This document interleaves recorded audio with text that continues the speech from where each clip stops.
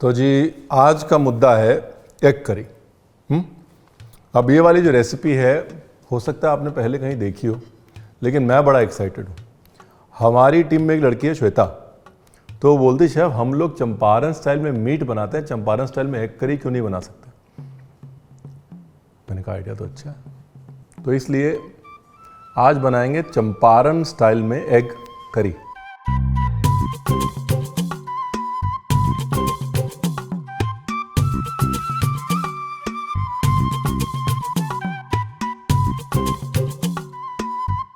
थोड़े बहुत मॉडिफिकेशन है, एक स्पेशल मसाला है, मतलब ऐसे थोड़ी ना आपको जाने दूंगा। आपने बोला अरे चंपारण एग करी तो हम भी बना लेंगे, थोड़ा स्पेशल मसाला वसाले भी बनाएंगे हम, अटका के रखेंगे हम आपको अंत तक। ओके तो जी चंपारण एग करी यानी कि बिहारी एग करी बनाने के लिए आपको चाहिए रणवीर। म्यूजिक के बाद रोलिंग एंड एक्शन।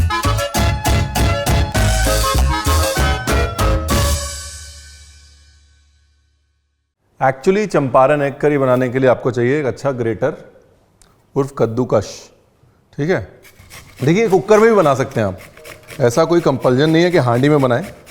बेसिकली 8 अंडों में 3 से 4 प्याज, 3 मीडियम 4 छोटे, 1 inch piece of big fat ginger, मिर्ची ऐसे ही तोड़ कर डाल देते हैं। ये कम तीखी वाली है साहब, है ना, पहले ही बताना बेहतर है, वरना आप जो है ज़्यादा तीखी वाली डाल देंगे और बोलेंगे रणवीर ने बताया नहीं।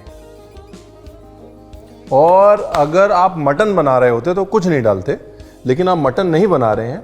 मटन की खूबी ये होती है, मटन का फ़ायदा ये होता है कि मटन बनाते समय मटन का जो पानी है वो इस मसाले को फ्लेवर भी देता है और मॉइस्चर भी देता है। यहाँ पर मटन का पानी नहीं आएगा, अंडे होंगे, अंडे से पानी तो निकलेगा नहीं, इसलिए इसके अंदर डालनी है दही, हल्दी, धनिया पाउडर और जीरा पाउडर। और जो तेल हमने डाला है वो रेगुलर तेल है, तो आप चाहें तो पूरा सरसों का तेल डाल दें, एटलीस्ट थोड़ा सरसों का तेल ज़रूर डालें, उसके बगैर कुछ नहीं बन सकता। मेन जो है वो झांझ बहुत ज़रूरी है। सरसों के तेल का अगर झांझ नहीं होगा, मतलब शार्पनेस नहीं होगी सरसों के तेल की, तो मज़ा नहीं आएगा। तेल में कंजूसी प्लीज़ ना करें, खासतौर अगर हांडी में पका रहे हैं तो, नहीं तो क्या होगा नीचे जो है सब कुछ चिपक जाएगा, सब कुछ जल जाएगा। हाँ, तो वो कंजूसी ना करें। दूसरी चीज़, कुछ मेरे मसाले हैं, 1-2 मेथी के दाने जो मैं डालता हूँ, 1 बड़ी इलायची, 2 पीस लौंग। अच्छा ये तेज पत्ता पड़ा है तो एक डाल ही देते हैं, ये लीजिए 1 तेज पत्ता, ताकि मिस ना करें आप। मैंने ऐसे खड़ा कर दिया डेकोरेशन के तौर पर। दूसरा जो है आलू लेना है, और आलू को 1/8 काट लेना है। ये हो गया 1/4 और ये हो गया 1/8। आलू मतलब अगर एग करी में छिलके वाला थोड़ा आलू ना है तो फिर वो बिहार की कैसे हुई बताइए। आलू हो गया। अंडे जो हैं उबले हुए लें, कई जगह बोलते हैं अंडे को तलें वलें, ये करें वो करें, कुछ करने की ज़रूरत नहीं है। अंडा धीरे धीरे वैसे भी अच्छे से पक जाएगा, बट अंडे को एक साथ ही डालना है। मकसद ये है कि एक बार हांडी खोली तो हांडी खुल गई, तो वेल डन अच्छे से बॉयल किए हुए अंडे। ये लीजिए, मज़ा ना आए पैसा वापस है साहब।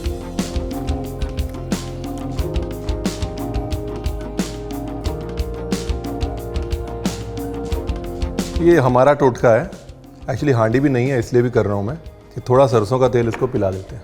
नहीं तो गरम गरम करने की भी ज़रूरत नहीं है, मतलब आप ठंडी हांडी में ही सब कुछ डाल के उसको कुक कर सकते हैं। अब मैं क्योंकि पहली बार इस हांडी का शुभारंभ कर रहा हूँ, तो इसलिए थोड़ा सरसों का तेल डाल के जला देता हूँ अंदर।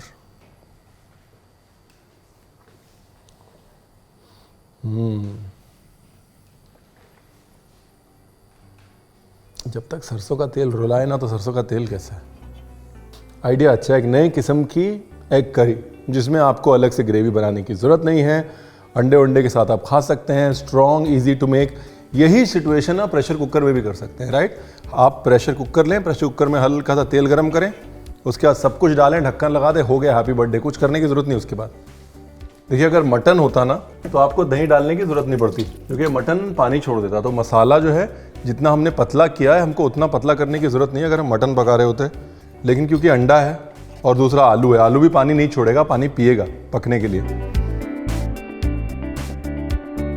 अब बिल्कुल धीमी गैस पे आटा लगा लेते हैं। ये लगाया आटा, अब यही काम आप सीधा प्रेशर कुकर में भी कर सकते हैं ना।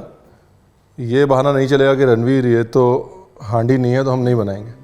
ये तो मुझे चंपारण स्टाइल वाला वाइब चाहिए था, इसलिए मैंने हांडी यूज़ करी है।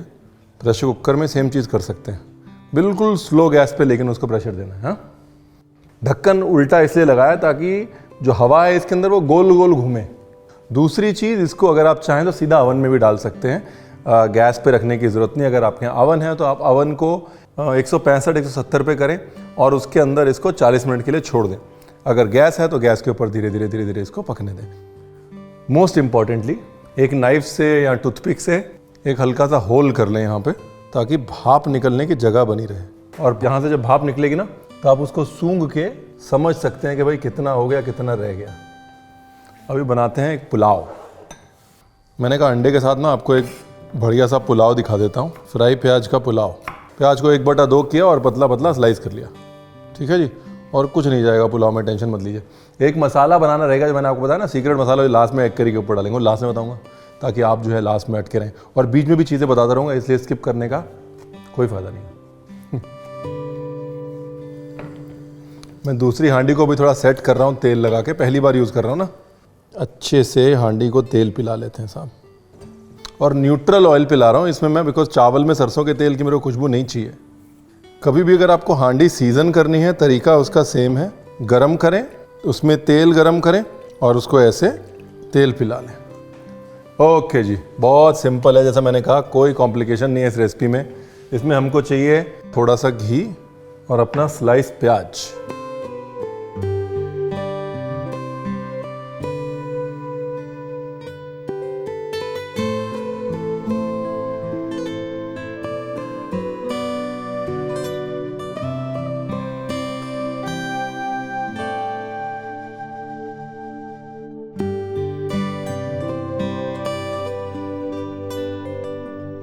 सिर्फ 5-6 दाने मेथी के। थोड़ा कड़वापन जो है वो अच्छा रहता है ज़िंदगी में और खाने में, दोनों में बैलेंस रहती है लाइफ। खट्टा मीठा कड़वा सब होना चाहिए। थोड़ी सी गलती से मिस्टेक हो गई, वो आप मत करिएगा।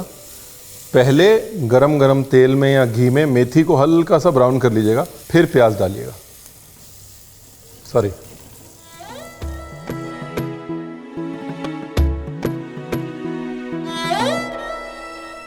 प्याज को ब्राउन करने में कंजूसी नहीं करनी, ठीक है जी। थोड़ा प्याज जल जाए वो चलेगा, लेकिन प्याज अगर कम ब्राउन हो तो वो नहीं चलेगा।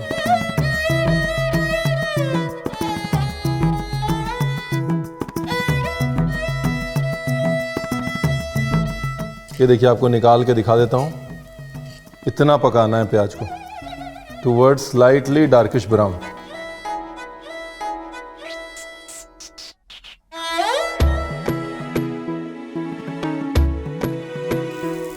अब इसमें डाला पानी।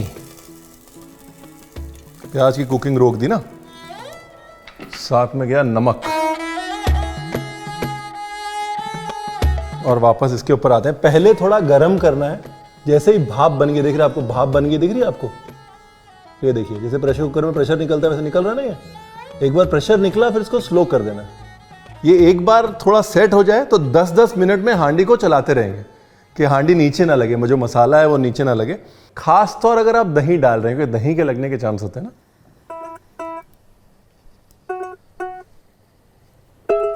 मैसेज ले रहा हूं मैं। मैसेज ये है कि अभी कच्चा है मामला, पकने में वक्त लगेगा। थोड़ा सब्र का परिचय दें रणवीर बरार।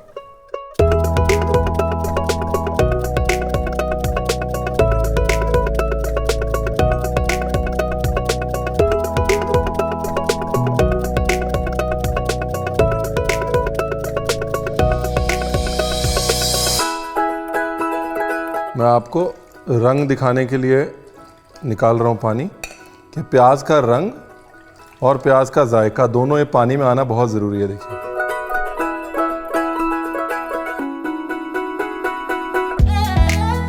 ढक्कन लगाओ, प्रभु के गुण गाओ। एक्चुअली प्रभु के गुण भी गा सकते हैं और वो अपना वाला सीक्रेट मसाला भी बना सकते हैं।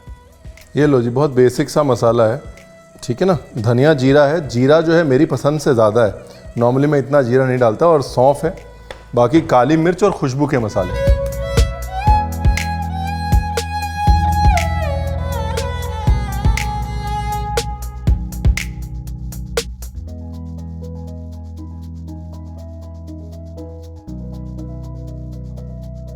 थोड़ा नमक डाल देता हूँ।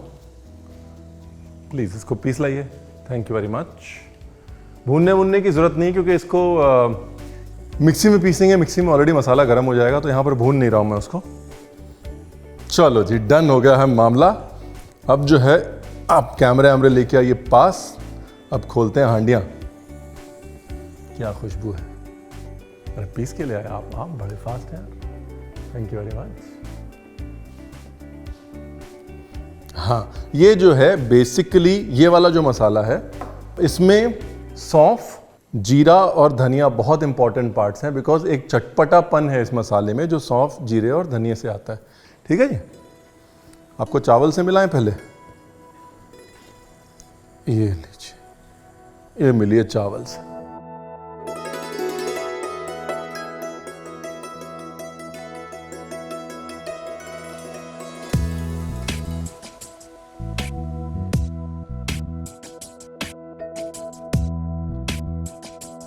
चावल अगर सोक किया हो ना अच्छा, तो ये खिलापन जो है चावल में लाना बहुत आसान है।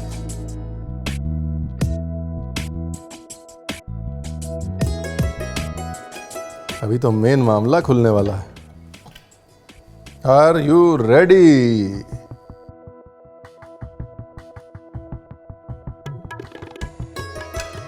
देखिए, आलू से आइडिया लग जाएगा ना कि ग्रेवी पकी कि नहीं। अगर आलू पक गया तो ग्रेवी पक गई। ये देखिए। अब मेन चीज़ क्या है कि इसका ढक्कन खोल के एक क्विक बॉईल दे देते हैं अपना मसाला डाल के। ये देखिए, इसको बॉईल करने के 3 फ़ायदे हैं। एक फ़ायदा तो ये है कि वो धनिया की डंडी का फ्लेवर जो है वो एक्सट्रैक्ट हो जाता है। दूसरा, मसाले कच्चे थे वो मसाले पक जाते हैं। तीसरा, तेल ऊपर आ जाता है। तेल ऊपर छूटना बहुत ज़रूरी है किसी भी ग्रेवी के लिए, तो मतलब एक कंप्लीशन हो जाता है। भुनाई जो है वो कंप्लीट मानी जाती है, हल्का सा तेल ऊपर आना शुरू हो जाता है। ये काम ज़रूरी है। बॉयल देने से पहले ये धनिया की डंडी जितना बारीक चॉप करेंगे उतने सूखी रहेंगे। धनिया की जो पत्ती होती है उसके नोट्स बहुत फ्लोरल यानी कि खुशबूदार होते हैं, लेकिन धनिया की जो डंडी होती है उसमें वो खुशबू भी होती है और एक ठहराव भी होता है, एक अर्दीनेस भी होती है। तो इसलिए जहाँ धनिया की डंडी काम आती है वहाँ धनिया की पत्ती काम नहीं आ सकती।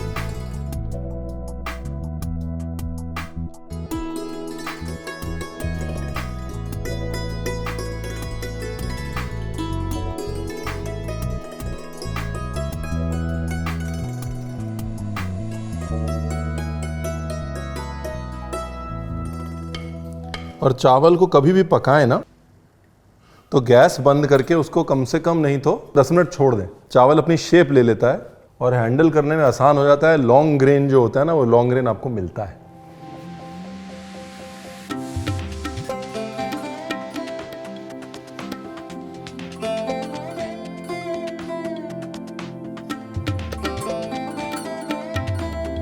और सबसे इम्पोर्टेंट पार्ट चंपारण वाले मीट की या चंपारण वाले चिकन की या चंपारण वाले अंडे की, वो है जी ये लहसुन। इसके बगैर कंप्लीट नहीं होता मामला। हमारा प्रिय मित्र धनिया नहीं जाएगा तो कैसे बात कंप्लीट होगी।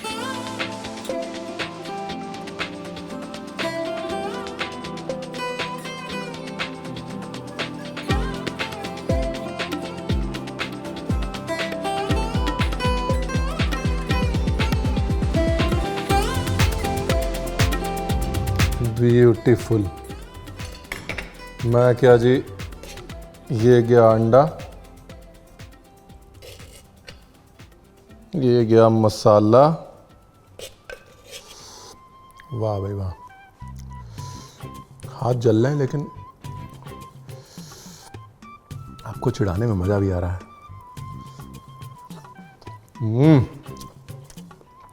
बहुत है बढ़िया। मॉरल ऑफ द स्टोरी है, चीज़ बहुत मज़े की है। श्वेता को थैंक यू बोल दीजिएगा नीचे, उसने बोला तो फिर हमारे दिमाग का एंटीना जागा। और ये आलू वाला जो आइडिया है ना भाई साहब, पता नहीं किसका है, कमाल है।